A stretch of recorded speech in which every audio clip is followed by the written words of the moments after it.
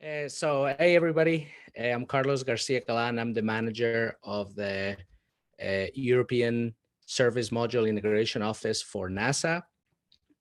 I'm part of the Orion program, which is part of the Artemis program. And what I'm going to talk about today is how the Artemis program is gearing up for start a new era of space exploration. What are the different elements and the missions?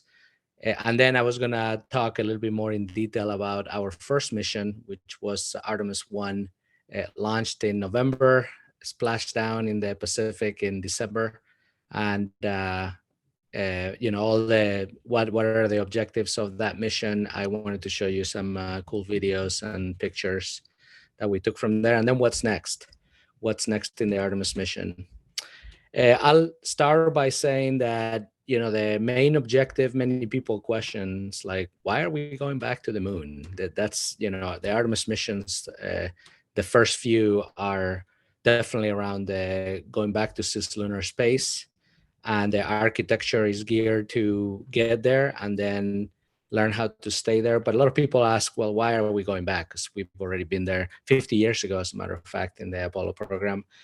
The objective is not to go back to the moon like we did in the past. In the Apollo program, the objective was to basically get to the surface of the moon and get to it first. There was space race at the time.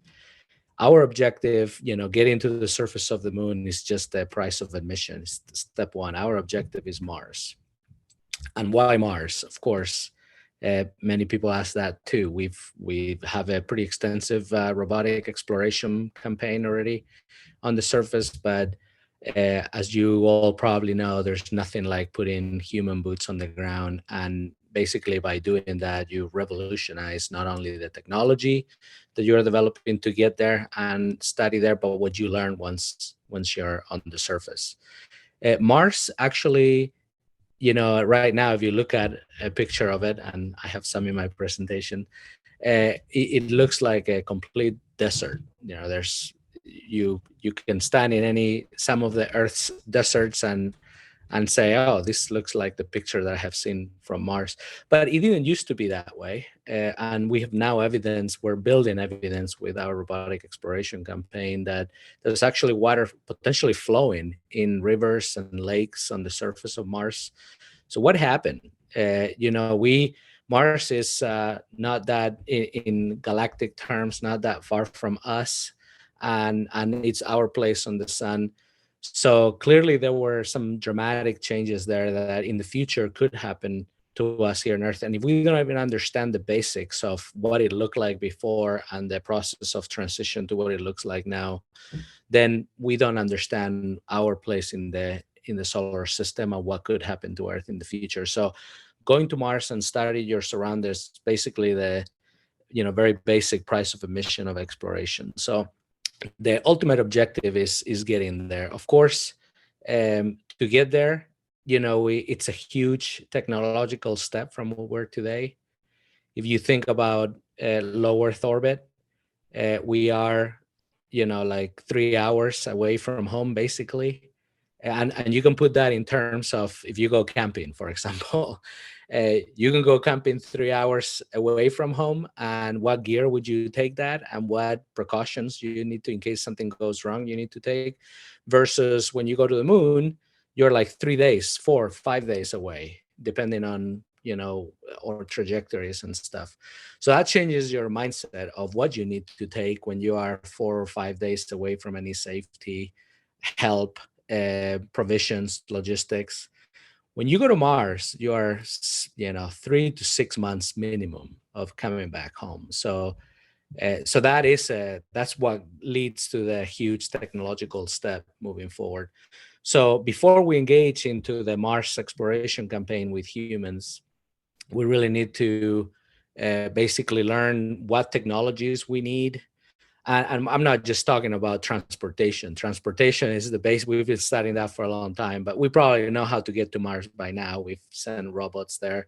Yeah, it's not like sending humans, but we're pretty close. But once you get there, you need to have, because it takes 6 months to get home, the logistics of that are just as complex and And of course, you can't just send stuff anytime. The 6 months is when you have a benign trajectory and positions between the planets. So you're thinking of, if I need to transport stuff, is a year away. And if you can't absolutely take everything you would need for long-term sustainable campaigns, because then the app mass and what it would take to get there, it would be mind-boggling. Carlos, So can yeah. I just ask? Obviously, as you send the presentation, it's currently downloading, and I have to apologize, but we don't have NASA's internet speed, so it'll take another 5 minutes for it to download. But I see you're doing just fine. So just for the people to know that we can start sharing in the next 5 minutes, which then you're going to have another 15 minutes for your keynote. So then we can start sharing. Okay, sounds good. So I'll continue. So the Artemis program, it really is about a set of elements in the architecture that, number one, would get us back to the moon, which again, we haven't done in 50 years. That should not be a huge leap because we did it 50 years ago. But our purpose now is to stay and develop new technologies and the know-how that we're going to need for our 6-month camping trip to 6-month return minimum. So I would say a couple of year camping trip to Mars. So we're developing the transportation technology. We're going to also develop the infrastructure once we get there to be in a sustainable manner on the moon, just like we've been in the last few decades on low Earth orbit. We want to, we've had people in low Earth orbit in space for decades now, continuously in 3 to 6 months to a year increment missions on the International Space Station. That's what we want to do on the moon, because that's when you get to learn what long-term stays are, from not just from a human physiology, which we've studied a lot on low Earth orbit, but from the logistics aspect, the operations aspect, the technology and reliability of hardware aspects. So we're going to get there, and we're developing the components and have tested some of them already with the Space Launch System rocket, which is the most powerful rocket we've ever built, to be able to take the Orion spacecraft, which I'll show you some pictures of that. With Orion spacecraft is what's going to take the astronauts back to the moon and return them safely to Earth. That's kind of like the first step. And then, of course, after that, we're working already on the human landing system. The first couple of missions we're gonna be using the SpaceX Starship modified version of that to take the astronauts from the orbit of the moon while they're docked to Orion to the surface and back up to the orbit of the moon, where they can get back on Orion and return back home safely. And then after that, once we've reached the surface, and we're going to do it, by the way, the first time ever with a woman in Artemis 3, which is only a couple of years away, and then the first ever person of color. So once we get to the moon, then we'll start talking about the infrastructure and the technologies that we want to test out on the surface, like habitats, in situ reutilization of materials. So, when you go to Mars, if you can extract water, and we know that there might be places with water or other materials from the ground, and basically process those to, for example, make rocket fuel or whatever you need to stay there sustainably for long periods of time, that would be a huge technological breakthrough. And by the way, we're not going to be able to just test it for the first time when we have humans on the surface of Mars that need that stuff to get back. So testing it on the moon is how we're going to get confident and basically refine everything to take that next step. I'm going to be right now time on the chart, so I'll just kind of describe the timeline now. The SLS and Orion are already built, and we've actually not just built the first mission when we're going to test all the systems in Artemis 1, which we just did, and then Artemis 2 next year with the crew. But we're also building Artemis 3, 4, 5, 6 is already under production. I just saw some hardware on the European Service Module in Europe a couple of weeks ago. So all of that stuff, it's already in progress. Then HLS, we are already testing some of the system. You probably heard that SpaceX is hoping to fly Starship in an orbital flight sometime in April, perhaps. So very soon, maybe March, April, maybe another month, but in the very near future. And then we're already working on things like spacesuits and habitats and rovers, all of those pieces that we want to basically check out before we take this first step to Mars. What I was going to tell you, and once we get the charts on, I'll describe and show you some pictures a little bit more in detail, was the Artemis 1 mission. So what was the purpose of that? The Artemis 1 mission, we wanted to test everything in a very stressing manner for the first time before we put the crew on board. So we've already done 3 test flights per se of different components. The Artemis 1 mission was the first test flight where we were going to get to the moon with a human-rated spacecraft for the first time in 50 years, but also check out the whole system, the rocket, with all the stages, including the upper stage that will send us to the moon, the Orion spacecraft with the crew module and service module from ESA, all working together, and then all the operational and ground systems that takes to do that mission. I'll tell you, and I'll show you pictures of it. It was an outstanding success. We accomplished basically all the objectives we set out to be. We actually were able to go beyond the primary objectives and characterize the spacecraft farther because it was doing so well in orbit.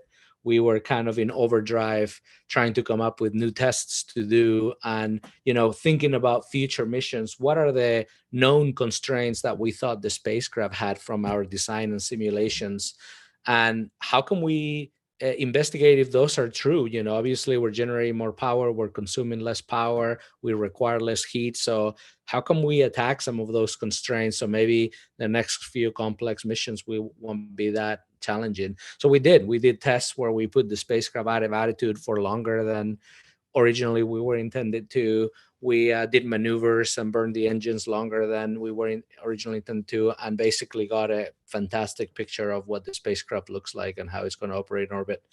So that was Artemis 1. And again, if we can get charts, I'll show you pictures.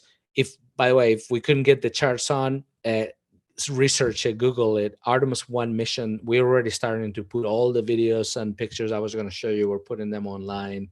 NASA Artemis 1, Orion, SLS. There's plenty of video material out there you can look into. But anyway, after Artemis 1, which we basically said, the spacecraft is good, and the spacecraft and the rocket are good for safely flying humans. We're going to select the crew for the Artemis 2 mission. First time we go back to the moon in 50 years, in the first week of April. Basically, there's going to be a big event. You can also research that on the NASA social media sites.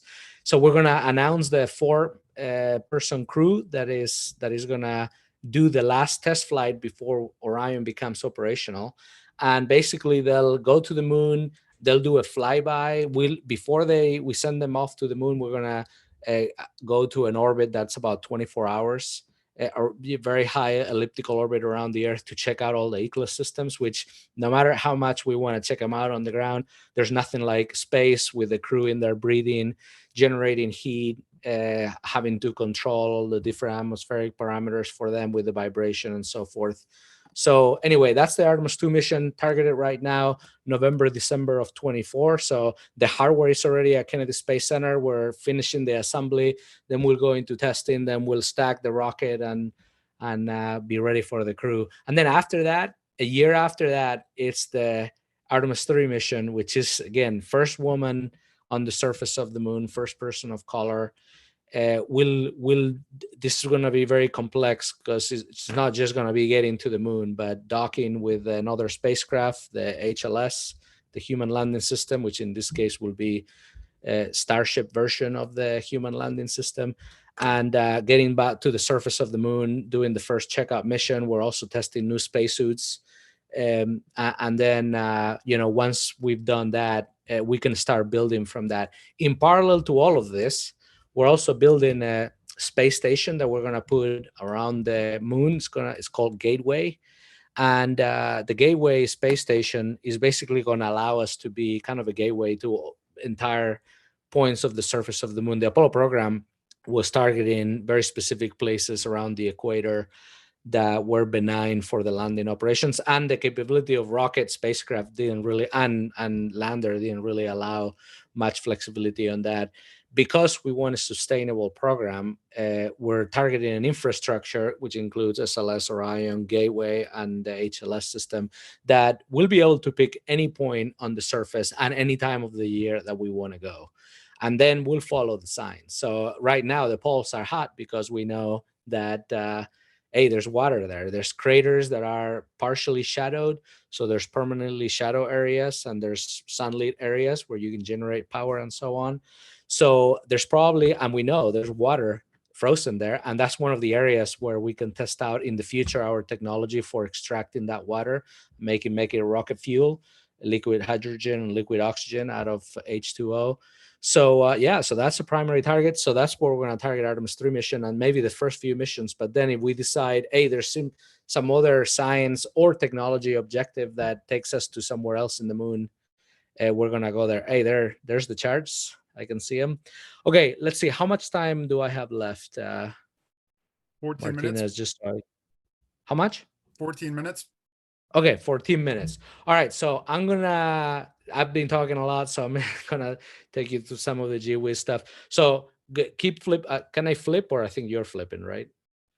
There you go. Just real quick, that's the Orion spacecraft. So it's comprised of different elements. The things that you just saw fly away on the left side of the screen are the fairings. Then you have the launch abort system. We only use that during ascent in case the rocket has any problem. We got to pull the capsule out. And then you have the crew module in the middle. It has a noted there. And then the service module in the bottom, which is built by the European Space Agency. That's what's got the propulsion tanks, solar arrays, water tanks, nitrogen, everything we need to do basically to get to the moon once we get in the trajectory towards the moon and get out of the moon, come back and keep the crew alive. It's there. Go to the next page. All right, I'm not going to talk the details of the Orion spacecraft. Go to the next page in the interest of time. I want to get to some of the videos.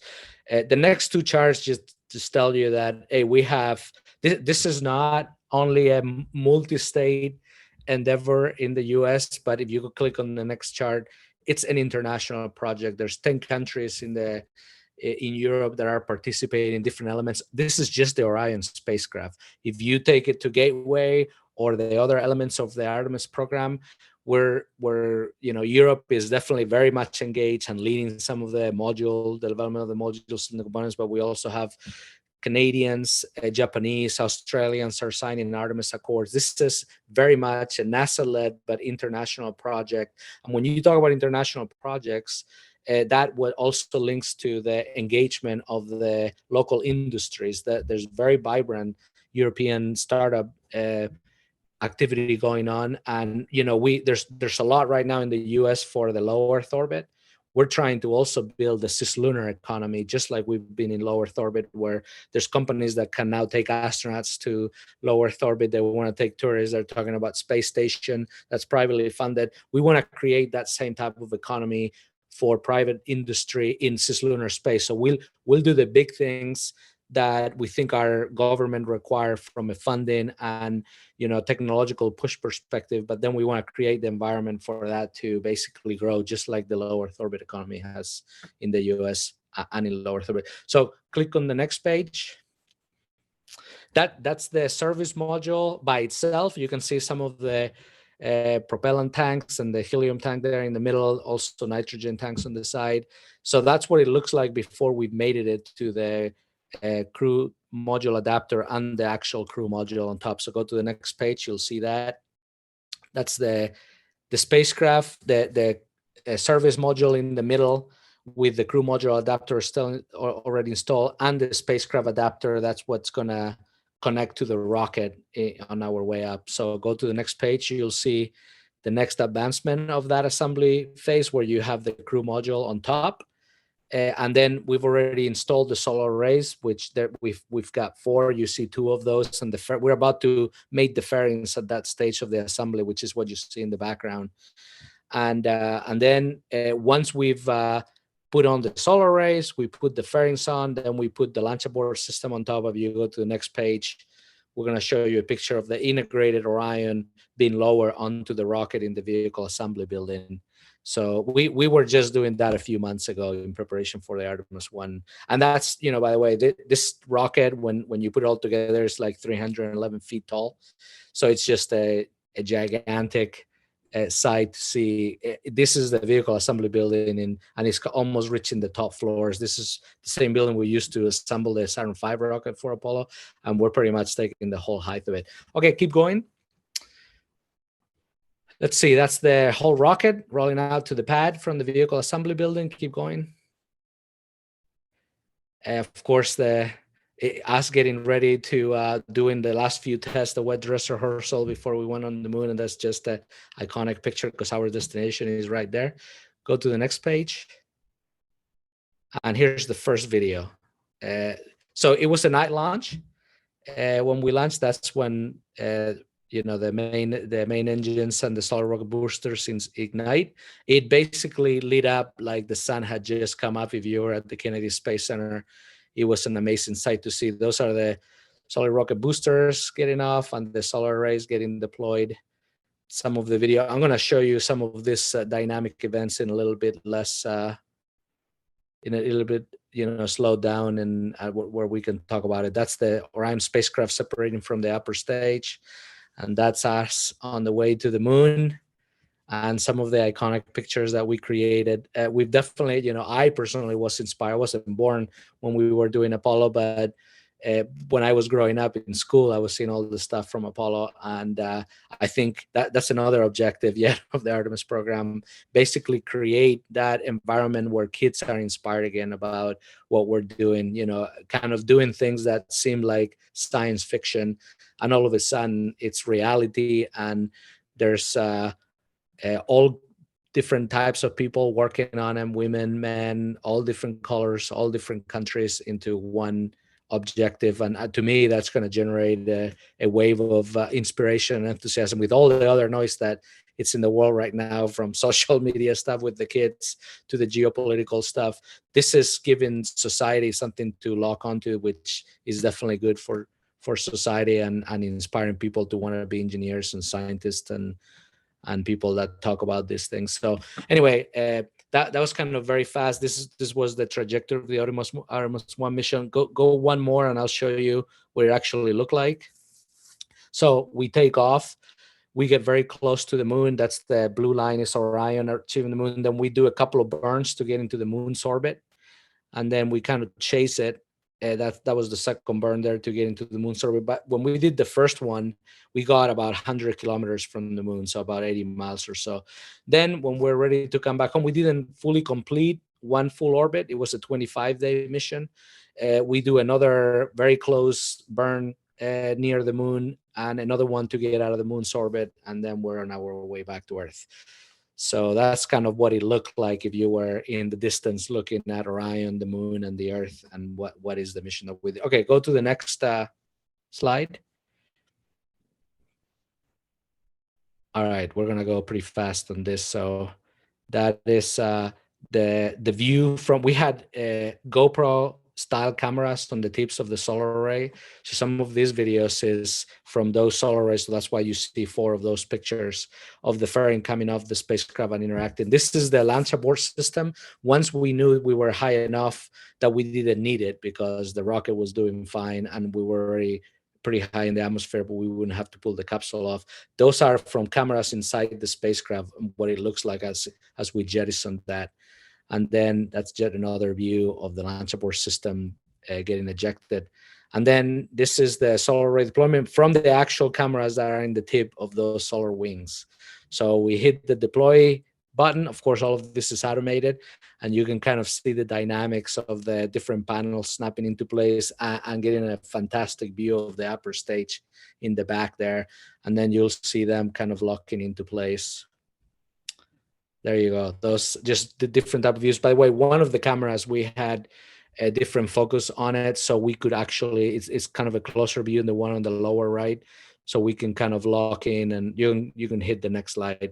You can lock in and kind of inspect the spacecraft once we're doing there. The next picture is us, again, from the view of the solar array, us separating from the upper stage and then doing the auxiliary burns to kind of get away from that. You can hit the next page. These are just burns of the reaction control engines on the service module as we're trying to reorient the spacecraft. Those are, to us, spacecraft guys, are pretty cool to actually see that in orbit. Okay, hit the next. Okay, and then here's some, I'm gonna go through very fast. This is like day 1 of we're ready. We did the translunar injection burn. We separate from the upper stage. We're starting to get pretty far from the Earth, 55,000 nautical miles there, and on our way to the moon. This is the time when we were starting to get the snapshot that the spacecraft was operating much better than we thought. And from that day through the rest of the 25 days of the mission, we were in overdrive between the engineering team and the operations team, working on how else can we test the spacecraft and use every one of the mission days that we have to kind of get the full engineering picture of it. So go to the next page. And then, of course, this is the inside view of the cabin. We didn't have a crew, but we had a full size mannequin suited with sensors. We also had a couple of torsos with different materials and sensors on them, so we can measure radiation and test different materials that may protect the crew from radiation. And then if you look at right through the center, we didn't have a crew, so we didn't need the normal displays we'll have, but we had a payload with a digital assistant, so we can test voice technology, had speaker, digital assistants, and a tablet, so we could test kind of different ways of operating the spacecraft. You could basically voice up a command through the speaker inside the cabin to the Alexa device on the spacecraft and turn the lights on and off of the spacecraft. That was pretty cool. And then you can see kind of in the lower center Snoopy floating around there. That's yeah, you go ahead and keep going. I'm going to show you the last video on it. That's us approaching the moon when we were going to do the first big burn around the moon to kind of get enough impulse to get into the moon's orbit. You can kind of see the Earth in the background. That this is what we were seeing in the real-time downlink, and we knew as soon as you lose sight of the Earth, we're going to lose communication. So the actual big burn, the first big burn of the spacecraft ever that we've tested, was in the far side of the moon with no communication and at night, but it all worked right. It was kind of a few minutes of holding your breath if you're an engineer. Go to the next page. So that's kind of when we also got farther from Earth than any other human-rated spacecraft has. So that's one of the pictures when we were about 268,000 miles from Earth. We were also pretty far, 43,000 miles from the moon.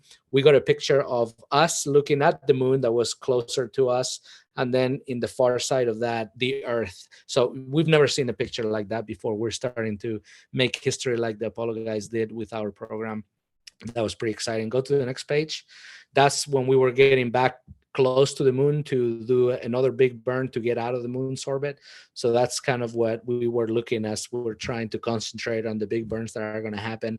And this stuff is in the pictures. It was hard to work because it was so exciting, and just to see our spacecraft with the backdrop of the moon. Go to the next page. I gotta accelerate here. This was as we were getting close in the previous picture, that was before the burn. Then we were coming out of the lunar eclipse there after we had done the burn, and then the Earth kind of rose from the horizon of the moon, and that's when we got communication back. So this is the pictures we got after the burn, which were fantastic sight to see. We didn't know what to expect, but once we got this picture, we knew the burn had worked, and we were on our way home from the mission. All right, go to the next page. And then this is re-entry. So these are the last two cool videos that I'm going to show you. This is what it looked like from inside the spacecraft. Watch Snoopy down there and the dynamics that it will experience. We're orienting ourselves. And at that point, this is when, this is sped up 10 times, but this is when we start interacting with the atmosphere. We're coming in 25,000 miles per hour. We got to slow down to 22 miles per hour before we splash down. So the deceleration that happens and what the crew is going to experience in the cabin is kind of what you see in this video. And then if you look at straight up, you see the two big windows up on the right or left of the top image here. We actually had a camera on the right one there, kind of looking out. If you hit the next video, that's what it looks like. And this is not sped up. This is sped up a little bit, maybe twice, not 10 times, but this is kind of what the spacecraft is doing as it's reorienting itself after we've separated from the service module. And then you can start seeing the interaction with the atmosphere at this point we're in entry interface, 400,000 feet high, pretty fast coming in from the moon, and then you start seeing the glow of the ionized plasma that builds up from that deceleration around the heat shield. The heat shield, testing the heat shield at lunar reentry speeds was one of our main objectives. By the way, if you also look on the kind of center bottom of the picture, at some point, we see two other objects re-entering. We think that may be the service module that was coming in behind us. But anyway, that's it gives you a little bit of a sense of speed on the deceleration that's happening there as we interact with the atmosphere. We were also testing what's called skip reentry, which is you dip down into the atmosphere, slow down, then fire your thrusters and get out of that. And there you see those two objects below us. Though that could be that could be the service module. But anyway, you will get out of the atmosphere after that first event of reentry, and you can extend your downrange. Your downrange, so you can target other place to splash down. So we're not like at the mercy of the trajectory, and we're going to land whenever we can actually target where exactly we want to land, and maybe chase the ship or avoid weather. That's a capability that Orion has that we were testing in this mission too. So that's the spacecraft, and this is again during the first reentry event, the spacecraft kind of banking 90 degrees. And you can start seeing how we're firing thrusters that are interacting with the plasma and getting out of that environment. There you go. You see some of that when the flame gets kind of a little brighter, is because we're firing thrusters on our own, and that is interacting with the plasma. But the video is probably not coming across great, but you can get a sense of the speed and the dynamic nature of what the crew is going to experience when they come back from the moon, even more when they come back from Mars, of course. All right, so I'm probably running out of time. Go to the next page. I'm not going to cover the rest of the slides. Oh, by the way, this is the parachute deployment. So as I talk, I'll let you see this video. So what are the next steps? The next steps, again, Artemis 2, Artemis 3, and then continuing to work on that other infrastructure and transportation to build a sustainable exploration program on the moon so we can test everything out before our Mars trip. I think during this decade, we're going to be doing the yearly missions to the surface of the moon and building the gateway system. During the next decade, that's probably when we're more into the habitats and rovers and extended duration missions on the surface of the moon. And then after that, maybe in the late 2030s, I think we'll be working on the systems to Mars and preparing ourselves from that mission. In the video, back to the video, those are the drug chutes that slow down the spacecraft before we can actually put out our main chutes that come on anywhere from 7,000 to 5,000 feet of altitude. So at some point, you're going to see this cut off and the three main chutes deploy. So anyway, a lot of these videos that we're just speeding through here, you can find online pretty soon. Some of these are like you get to be one of the first few people to actually see them, because I was preparing the stuff, pulling we're just pulling the stuff from the spacecraft because it's already at Kennedy, and we're starting to disassemble it, taking pieces for the next few missions. That's when we cut off the drugs and open up the mains, and you'll see the reefing process. But anyway, not a lot of people have seen this yet, but NASA will be putting this out soon, and you guys can spend more time looking at this if you're a nerd like me. Love this type of stuff from spacecraft, and this is like first time we've done many of this events, especially with this spacecraft. It's fascinating to me.